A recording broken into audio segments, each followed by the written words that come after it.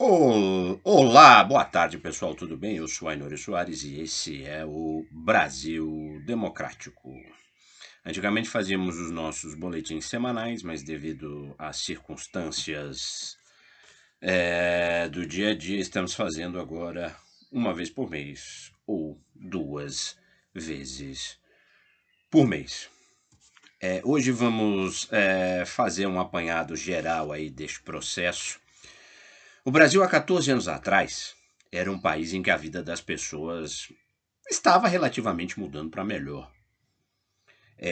A cada dia mais empregos iam sendo criados, o salário aumentava, os jovens negros e filhos de trabalhadores chegavam à universidade. Muitas oportunidades se abriam aos brasileiros que precisavam ter uma chance. Um passo de cada vez, mas sempre seguindo adiante. A melhoria da qualidade de vida e o crescimento que colocou o Brasil entre as 6 maiores economias do mundo. Hoje somos a 13ª. Avançamos na construção de um país soberano e mais justo. Um Brasil verdadeiramente independente. É isso que nós queremos. Não um país subordinado a potências do Ocidente, sejam os americanos, ou a potências do Oriente, seja a China, mas um país independente. Esse é o papel de um presidente da República. Manter a confiança no presente e no futuro, mostrando que é possível superar os desafios. Um presidente de verdade, não este energúmeno que está sentado na cadeira, lá em Brasília, precisa saber somar forças e governar com um sentimento permanente, porque é dele que vem o exemplo para o país. Em 2 anos tão difíceis, era de se esperar um gesto assim, de quem está governando o país. Que ele desse uma palavra de solidariedade às famílias vítimas da pandemia e anunciasse, um plano para garantir a vacina para todos, finalizando essa angústia que a população está vivendo. O aumento da vacinação só ocorreu devido ao trabalho feito pela CPI da pandemia no Senado. E prova-se dia a dia a redução no número de mortes. Era de se esperar do excelentíssimo jumento presidencial um plano para gerar empregos, que desse esperança aos trabalhadores, que viesse a dizer que a Petrobras vai voltar a vender gasolina pelo custo real e não mais pelo preço do dólar, porque foi essa a política burra que fez disparar o preço dos combustíveis no Brasil. Que apresentasse medidas para baixar o preço dos alimentos, garantindo assim o mínimo de dignidade a quem está na fila do osso. Ao invés de anunciar soluções para o país, o nobre presidente chama as pessoas para a confrontação. Convoca atos contra os poderes da República, contra a democracia que ele nunca respeitou. Ele estimula a divisão, o ódio e a violência. Não é isso que o Brasil espera de um presidente. Que estes 57 milhões que votaram neste energúmeno aprendam a consequência desastrosa de um voto equivocado, de um voto errado. Não preciso dizer os números aqui do custo de vida, do desemprego, da falta de investimento, da pandemia, da fome que voltou ao Brasil. É só sair à rua para ver que o brasileiro está sentindo na pele a destruição do país. O Brasil tem jeito. É possível sim criar emprego novamente. Que o salário volte a crescer e ganhe a corrida contra a inflação. Que é possível produzir comida saudável a preço justo para colocar na mesa das famílias outra vez. O nosso povo tem toda a capacidade de recuperar esse país, fazendo o Brasil voltar a crescer, proporcionando vida com qualidade para todos. O Brasil andou para trás, porque o governo federal parou de investir no crescimento e nos programas que ajudam o povo. Cortaram as verbas das escolas, dos hospitais, da agricultura familiar e encolheram Bolsa Família, que vai deixar de existir, dando lugar ao programa eleitoral do atual excelentíssimo senhor presidente da República. É o fim das políticas sociais no Brasil. Nenhum país do mundo vai para frente sem investimento público. As obras que geram empregos fazem a economia crescer. Elas foram paradas e continuaram cobrando mais impostos dos pobres do que dos ricos. No Brasil, um sujeito com renda de 360 mil por mês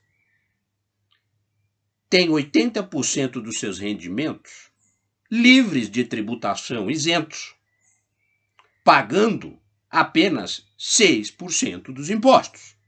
Já um professor que tem um salário de 4 mil por mês paga 27% de imposto. Isso é um absurdo. Isso é um absurdo. Um absurdo. Um absurdo com todos nós. E tivemos recentemente a visita do jumento presidencial à Itália. A passagem do senhor presidente pela Itália e o tratamento que lhe dispensaram os chefes de Estado do G20 evidenciam que o ex-chanceler Ernesto Araújo foi bem sucedido. Nos tornamos a piada mundial, a chacota mundial. O Brasil e seu presidente são tratados mundo afora como párias. Resta claro a importância econômica do país. Mas isso, como é óbvio, espelha o presente, tem um peso no passado e nada se diz sobre o futuro. O vexame foi além. E o mito se poupou de outras humilhações, cabulando a COP26 em Glasgow, na Escócia. Ainda bem que não foi. Iria nos fazer passar mais vergonha. O Brasil, é verdade, acabou referendando o Acordo Internacional de Redução de Metano sob pressão dos Estados Unidos. Mas isso não quer dizer grande coisa. É só ver as ações, as pseudo-ações de políticas ambientais e sociais realizadas atualmente no Brasil através desta administração. Por isso que volto a dizer, quem apoia este governo ou é burro ou é mau caráter, certo? Ou está ganhando algo com isso, certo? Porque não faz nenhum sentido. Principalmente, volto a me direcionar aqui a quem trabalha com ecoturismo, a quem trabalha com conservação, que apoia, que votou neste energúmeno. Vossas senhorias devem estar com o cérebro fora do lugar, ou beberam água da privada, só pode. De relevante mesmo na COP26, no que respeita ao país, tivemos o pedido de demissão do engenheiro advogado Oswaldo dos Santos Lucum, coordenador executivo do Fórum Brasileiro de Mudança do Clima. Ele explicou a razão em um subterfúgio, uma desculpa. Havia uma interlocução aquém do que se esperava para uma instituição que busca criar um diálogo entre o governo e a sociedade. Chegou um momento em que parte da sociedade também não buscou mais o governo. O governo, que é a expressão jurídica e política do Estado, não conversa com a sociedade.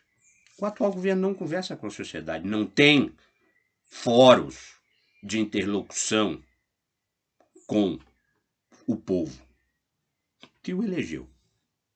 Cabe a pergunta, não é assim em quase todos os setores? O atual presidente nunca esteve preparado para comandar o país. Comporta-se como líder de facção de milícia. É visível o seu desconforto nesses fóruns multilaterais.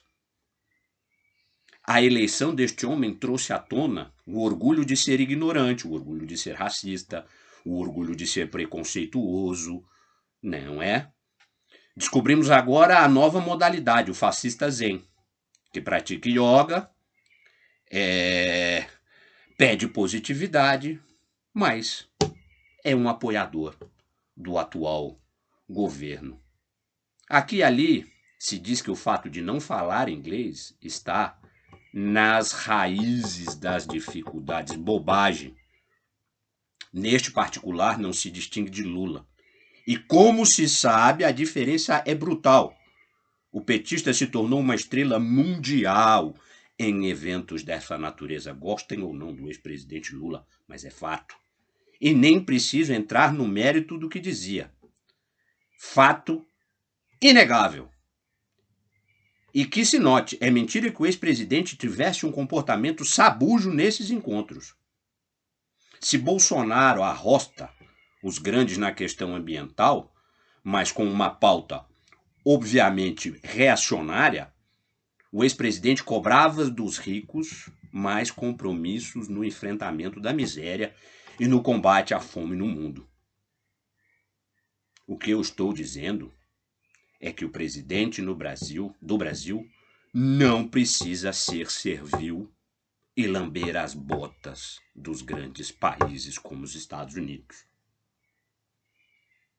Mais uma vez discordei de afirmações feitas pelo petista em encontros internacionais.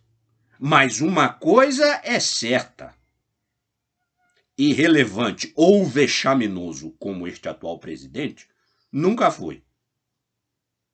Era de se esperar que os líderes mundiais mantivessem distância do atual presidente. As coisas que diz e fez ao longo desses quase 3 anos de governo explicam esse comportamento.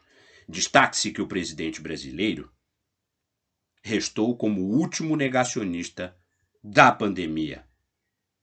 Então, é por isso que vos digo: busquem o conhecimento, estudem